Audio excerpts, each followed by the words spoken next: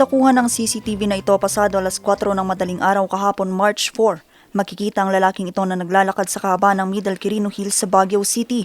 Maya-maya naglakad ito papalapit sa isang nakaparadang sasakyan at tinignan nito ang likurang bahagi. Makalipas ang ilang segundo umalis na ito, pero ito pala ay isang kawatan. Ito'y matapos basagin nito ang salamin ng sasakyan at kalkalin ang mga laman nito. Grabe, talaga handa kang sumardong ni. Adama nun, barbaro man nun ito eh. Sa isang video naman nakuha ng isang netizen makikita ang basag na bintana ng taxi na ito sa barangay Middle Quirino Hill.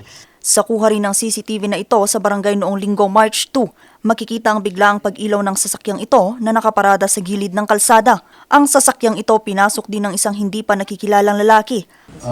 Hindi po natin sigurado yung suspect kasi tinignan natin yung kanya, yung kuha sa CCTV, hindi namin kilala.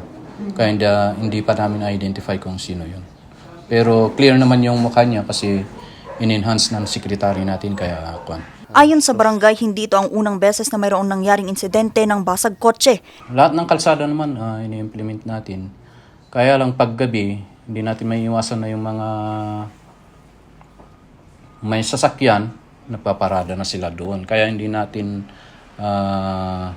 nababantayan yung mga sasakyan nila. Kaya ganoon. Bagamat may mga nagroronda silang mga tanod, aminado naman ang barangay na kulang sila ng tao para mabantayan ang buong barangay, lalo na tuwing madaling araw.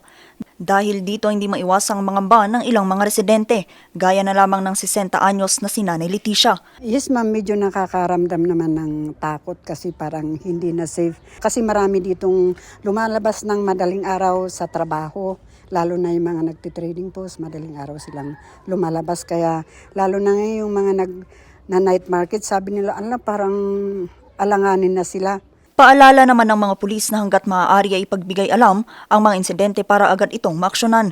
Yan ang risk ng nagpa-park sa mga gilid-gilid lang. So better siguro na pag tayo ay nag-park sa mga kalsada is lagyan din natin ng parang CCTV na yung built-in sa loob ng sasakyan para at least kahit papaano nababantayan natin yung ating mga sasakyan.